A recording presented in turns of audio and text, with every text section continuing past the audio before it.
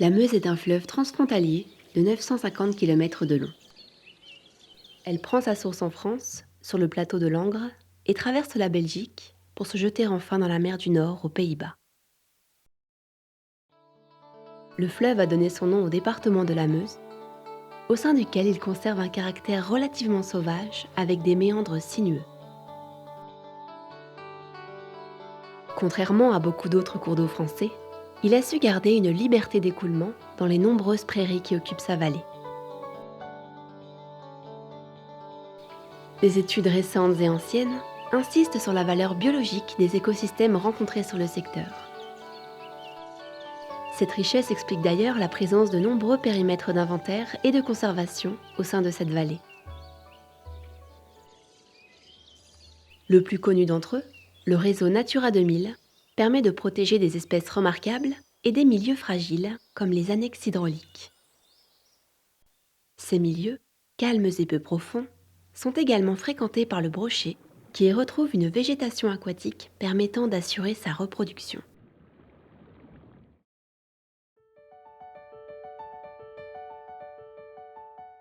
C'est à la fin de l'hiver, quand le niveau du fleuve est au plus haut, que le brochet gagne ces milieux et les prairies inondées. Une annexe hydraulique est une zone humide connectée plus ou moins durablement au lit mineur. Lorsque la rivière s'écoule librement, elle se forme et évolue dans le temps, principalement par l'action de l'érosion. Il en existe une dizaine de types, dont les bras morts, les chenaux de crue, les mares et les noux, qui sont nombreux sur le fleuve Meuse.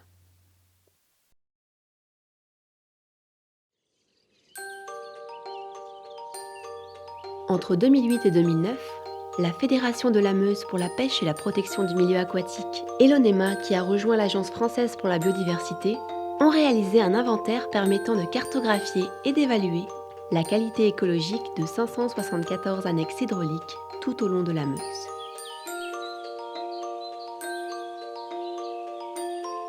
Beaucoup d'entre elles constituent des sites favorables à la reproduction du brochet, mais un tiers est soumis à des pressions multiples comme la mise en culture du limageur, le piétinement par le bétail ou le remblaiement. La présence de barrages, conjuguée à une faible dynamique du fleuve, conduisent à diminuer sa capacité de mobilité en freinant ses écoulements. Ceci influe donc sur la création naturelle de nouvelles annexes hydrauliques.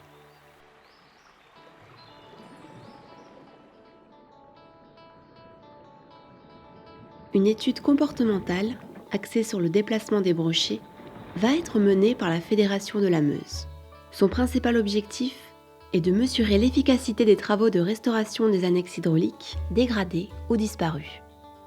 Depuis le début des années 2000, de nombreux chantiers ont été menés par les structures associatives de la pêche de loisirs. C'est aujourd'hui plus de 30 sites qui ont fait l'objet de travaux pour un investissement global supérieur à 300 000 €. Les interventions sur ces milieux sont généralement composées d'un entretien de la végétation arborée et de travaux d'aménagement.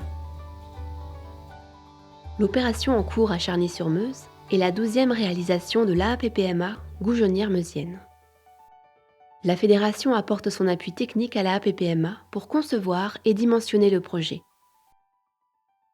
La restauration a consisté à recréer une connexion fonctionnelle entre l'annexe hydraulique de type noux et le fleuve pour permettre l'accès au brochet lors de sa reproduction.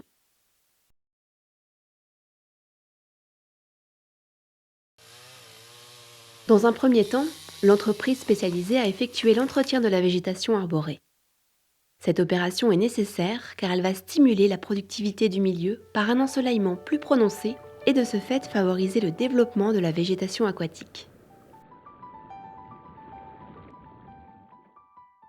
Certains arbres sont élagués, des saules sont taillés en tétard et d'autres coupés, puis déracinés, car ils se situent dans l'axe de connexion avec le fleuve.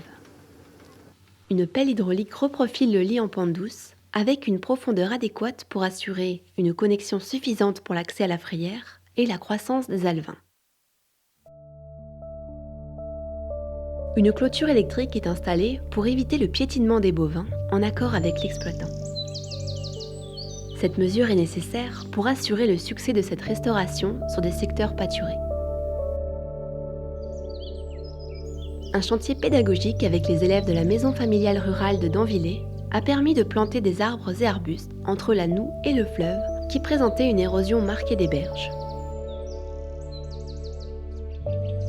Enfin, pour sensibiliser le grand public à ce type d'action, un panneau d'information va être installé.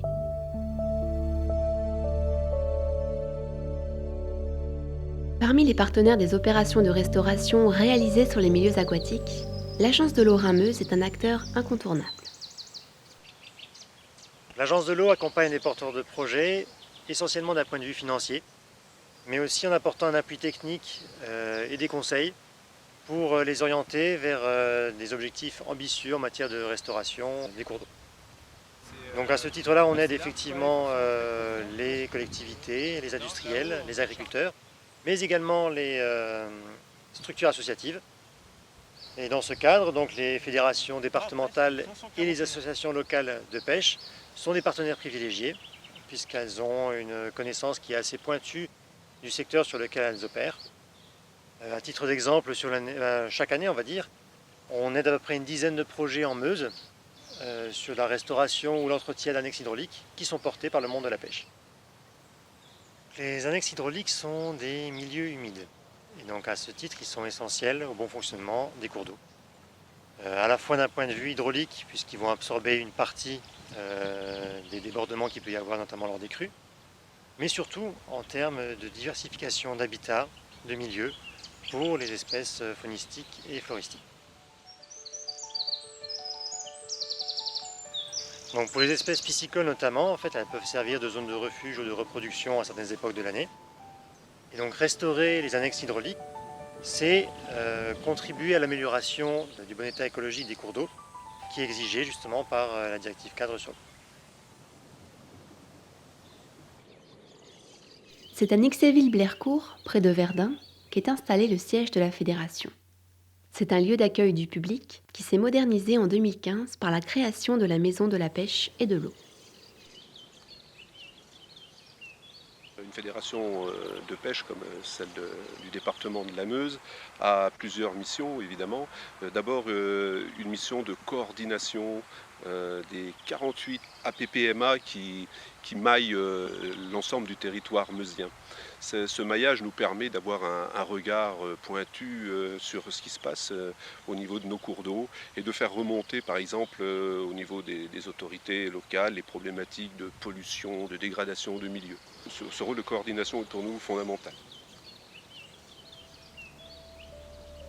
Au-delà de ce rôle de surveillance du réseau aquatique, la protection du milieu passe aussi par l'éducation à l'environnement. Et là, c'est un volet important que nous souhaitons développer au sein de notre fédération. Le conseil d'administration a souhaité mettre en œuvre des actions en direction de tous les publics. C'est pourquoi en 2015, nous avons inauguré la maison de la pêche et de l'eau, sur le site de Moulin-Brûlé où nous nous trouvons et qui est le point de départ d'un grand nombre d'actions, d'animations encadrées par un animateur diplômé d'État et avec le soutien des bénévoles, des associations qui maillent justement tout ce territoire. Alors, pour la fédération de pêche et notamment le conseil d'administration, cette étude sur le brochet, c'est l'aboutissement de longues années de travail sur les annexes hydrauliques de la Meuse. Après les avoir inventoriées, elles sont très nombreuses, les avoir caractérisées, car elles sont variées, effectuer de nombreux travaux de restauration de ces annexes, il était temps d'en mesurer l'efficacité. Cette étude, on l'espère, sera concluante et nous encouragera à poursuivre dans ce sens. L'étude comportementale est réalisée à l'aval immédiat de Verdun, sur 8 km, car les annexes hydrauliques de ce tronçon ont fait l'objet de nombreux chantiers de restauration. La communauté d'agglomération du Grand Verdun est partenaire du projet. La communauté d'agglomération du Grand Verdun a fait de la reconquête des milieux et de l'environnement une de ses priorités. Dans les 4 prochaines années, avec le soutien de l'Agence de l'eau Rhin-Meuse, nous allons mener un programme ambitieux de requalification de cours d'eau, d'annexes et d'affluents sur l'ensemble du territoire. Et donc c'est à titre de préfiguration que nous avons soutenu l'opération Brochet et l'étude qui est actuellement en cours, car elle nous aidera à parfaire notre connaissance du dossier et à réaliser un dossier exemplaire dans notre territoire meusien.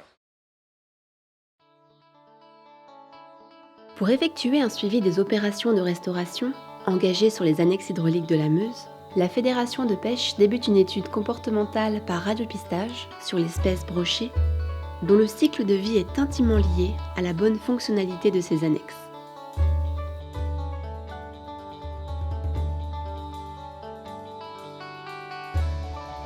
L'objectif principal de cette étude est de mesurer concrètement l'impact des travaux de restauration sur la capacité de recrutement de l'espèce.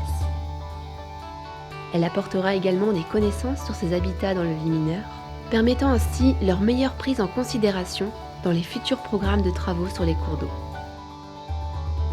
Enfin, ce suivi permettrait d'apporter des informations sur les devenirs des rempoisonnements et les interactions avec les populations de brochets du fleuve. Ce suivi nécessite de marquer des poissons à l'aide d'émetteurs, une opération délicate confiée au bureau d'études Profiche, spécialisé dans la télémétrie en milieu aquatique. Profiche a proposé de réaliser un suivi par radiopistage.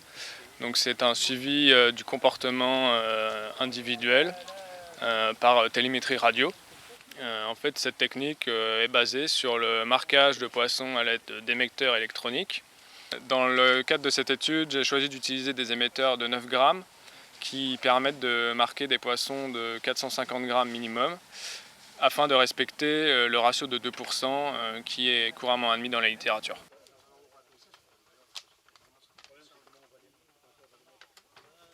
Ces émetteurs sont implantés dans la cavité abdominale des poissons lors d'une intervention chirurgicale sous anesthésie. Dès lors que les poissons sont opérés, ils sont placés dans un bac de réveil avant d'être relâchés sur leur lieu de capture.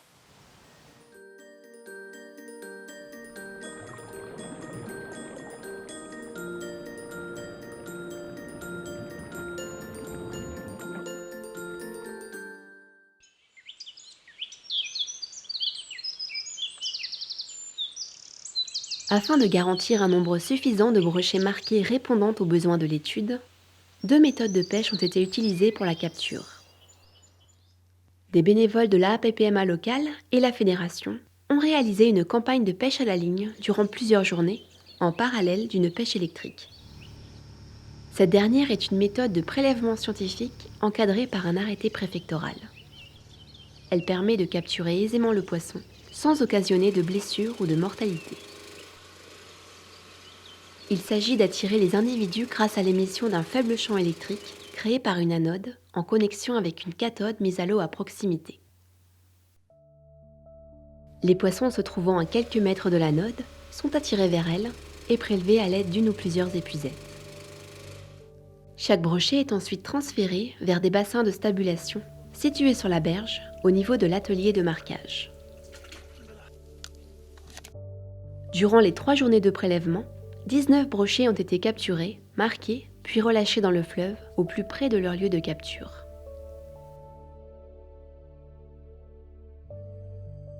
Pour les besoins de l'étude, 36 individus issus de pisciculture et destinés au rempoisonnement complètent l'effectif étudié afin d'observer leurs déplacements et les interactions avec les brochets sauvages.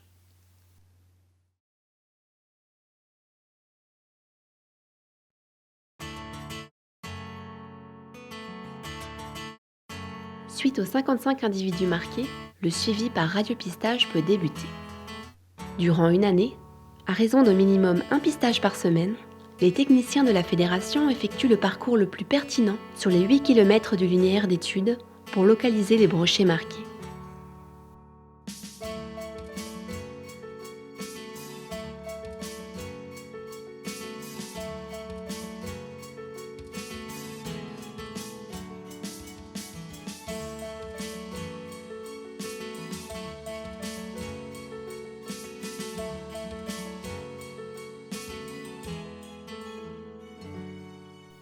Pour réaliser les campagnes de suivi de radiopistage, on va utiliser un matériel spécifique pour détecter les brochets. Alors ce matériel est composé de plusieurs éléments. Il comporte tout d'abord une antenne qui nous permet de détecter les ondes émises par les émetteurs implantés dans les poissons. Ce sont des ondes radio.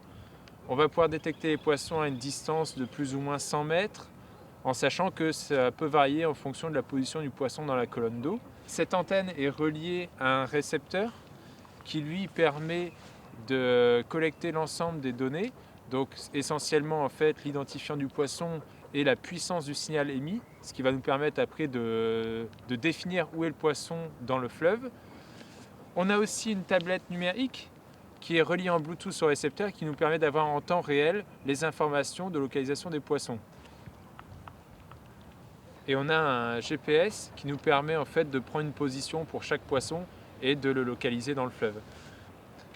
Puis l'ensemble de ces informations seront ensuite compilées dans une base de données et elles seront ensuite analysées. Alors, au cours de cette étude, on compte beaucoup sur la participation des pêcheurs pour qu'ils nous fassent remonter un maximum d'informations sur leur capture de brochets marqués.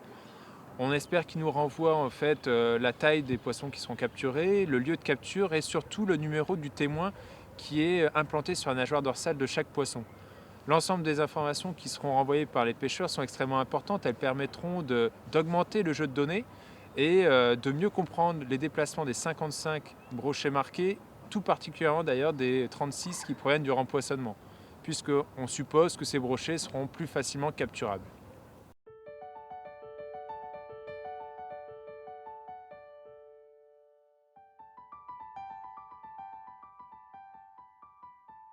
Les opérations de soutien artificiel des effectifs par rempoissonnement ont largement été pratiquées par les APPMA avant la mise en œuvre des travaux de restauration sur les annexes hydrauliques. Cette pratique a vocation à diminuer au fur et à mesure que la qualité du milieu s'améliore. On s'aperçoit actuellement que le brochet est en raréfaction. On en a de moins en moins. Cette étude va nous permettre d'améliorer notre gestion piscicole au niveau de notre APPMA. Actuellement, notre APPMA a deux axes de gestion piscicole. Le premier, c'est la réintroduction de figurelings, de brochets moyens ou de brochets de la taille. Et le deuxième axe, c'est recréer des frayères pour que cette espèce puisse frayer naturellement.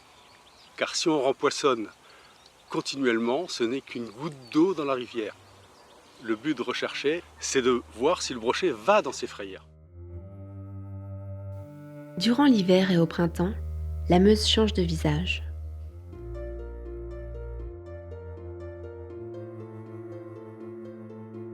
Les pluies hivernales augmentent le débit du fleuve, alimentant ainsi en eau les annexes hydrauliques et une partie de la plaine inondable.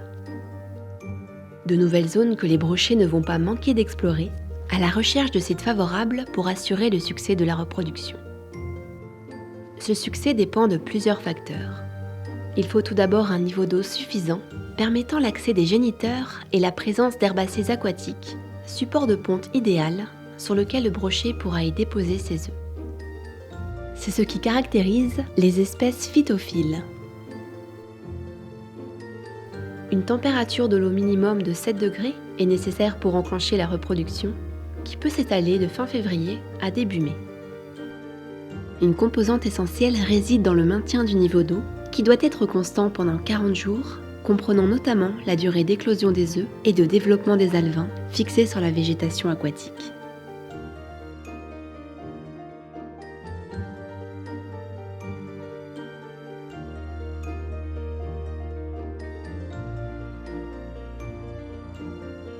Pour parfaitement comprendre les déplacements des brochets pendant cette période cruciale de leur cycle de vie, les équipes de la Fédération ont intensifié les pistages car ils constituent l'un des principaux objectifs de l'étude.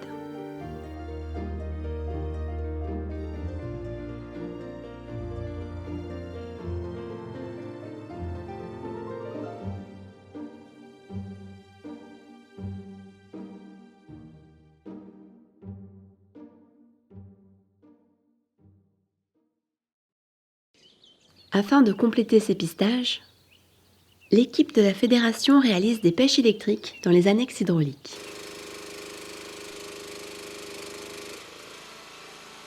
Le choix est porté sur des sites fréquentés par les brochets lors du radiopistage afin de contrôler l'efficacité de la reproduction.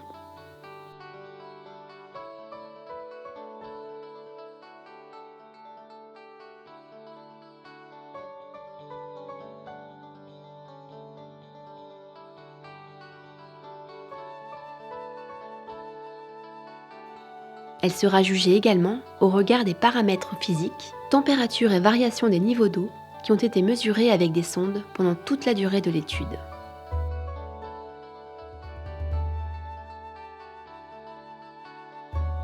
L'étude aura nécessité du temps et des moyens humains conséquents. Les techniciens de la fédération, accompagnés à plusieurs reprises de bénévoles des structures associatives de la pêche de loisirs, ont permis de collecter un maximum de données, aboutissant aujourd'hui à une meilleure connaissance du comportement du brochet.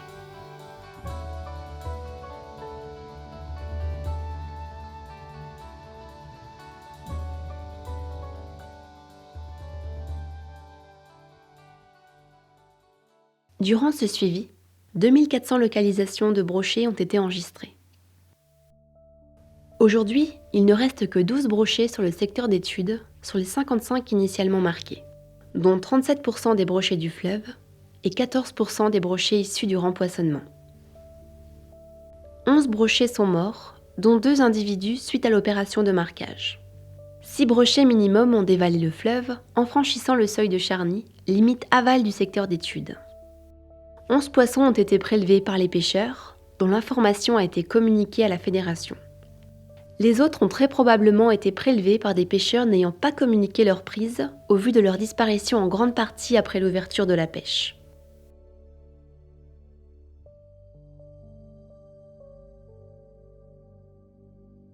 Le suivi des brochets pendant la période de reproduction a été vraiment très intéressant. Il a permis de démontrer que les efforts que l'on a fournis en termes de restauration d'annexuriques portent leurs fruits, puisque toutes les annexuriques qui ont été restaurées ont été fréquentées par des brochets marqués. On a eu la présence de géniteurs qui sont venus frayer dans ces annexes, et à contrario, des annexuriques sur lesquelles on n'a pas fait de travaux de restauration et qui sont toujours perturbés, on a eu une présence de géniteurs moindre et surtout l'absence de juvéniles de brochets.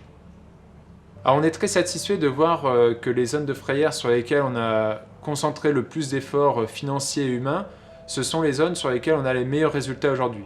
Je pense en particulier à une annexe historique qui est la Noue de Belleville, qui avant le début des années 2000 était totalement inaccessible pour les brochets et qui a fait l'objet de travaux de restauration en 2001 puis en 2010 et depuis 2010 a fait l'objet de travaux d'entretien. Dans cette frayère, 6 brochets marqués ont été détectés et on a aussi capturé 6 juvéniles en pêche électrique au mois de juin 2017. Alors ça reste un résultat relativement satisfaisant au regard des conditions hydrologiques du fleuve qui étaient vraiment mauvaises pour la reproduction du brochet puisque les débits étaient relativement faibles au printemps 2017. Le suivi des brochets en dehors de la période de reproduction a permis également de mettre en évidence des écarts importants dans les comportements entre les poissons du fleuve et les poissons du rempoisonnement.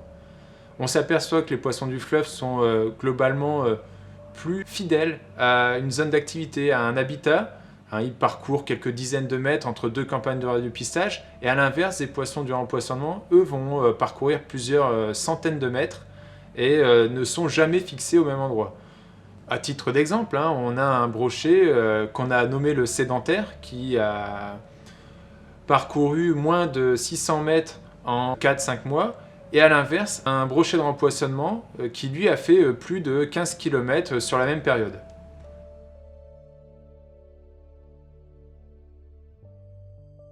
Alors cette première année d'études va déjà permettre d'améliorer la gestion piscicole au sein des APPMA. On a pu démontrer que les brochets de rempoisonnement n'avaient que des effets vraiment très limités pour augmenter les effectifs dans le fleuve. Et on voit bien qu'il faut vraiment au contraire s'attacher à continuer à restaurer les zones de frayère et également préserver les habitats dans le fleuve. Suite aux résultats de l'étude, le comité de pilotage a décidé de poursuivre pendant une année supplémentaire le suivi, et ce pour avoir des résultats consolidés, et surtout pour avoir un suivi des déplacements des brochets avec des conditions hydrologiques différentes à ce que l'on a pu avoir en 2016-2017.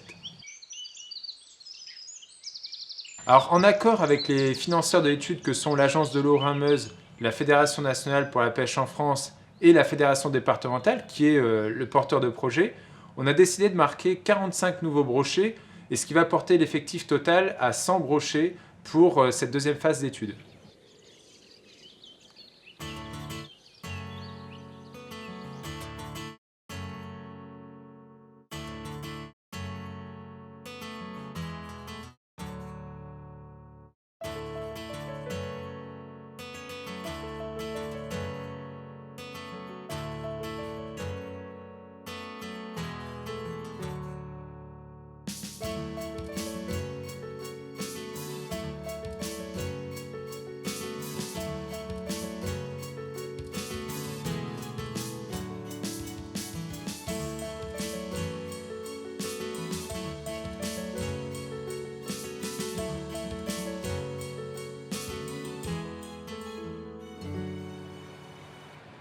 Cet endroit, je le fréquente depuis au moins 40 ans.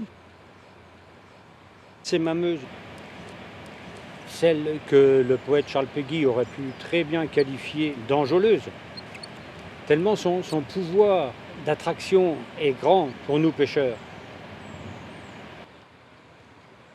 J'aime cet endroit, pour moi c'est vital, j'ai besoin du contact avec ma rivière. Je la protège, je la surveille, je m'arrange pour être actif dans le milieu associatif. Je participe à sa protection, à sa préservation. Je voudrais qu'on puisse conserver sa faune, par exemple.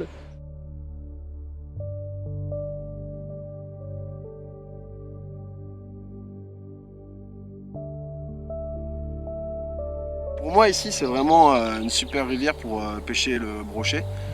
Il y a tous les éléments. On a une eau qui est belle, avec certains endroits des hauts fonds, des nous, des belles cassures.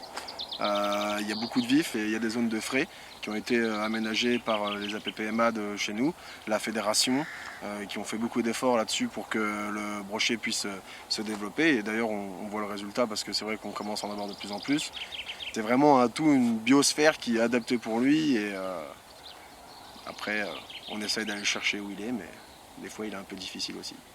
En no-kill, si possible, pour essayer de protéger un peu cet écosystème qui est joli et de plus en plus fragile, malheureusement.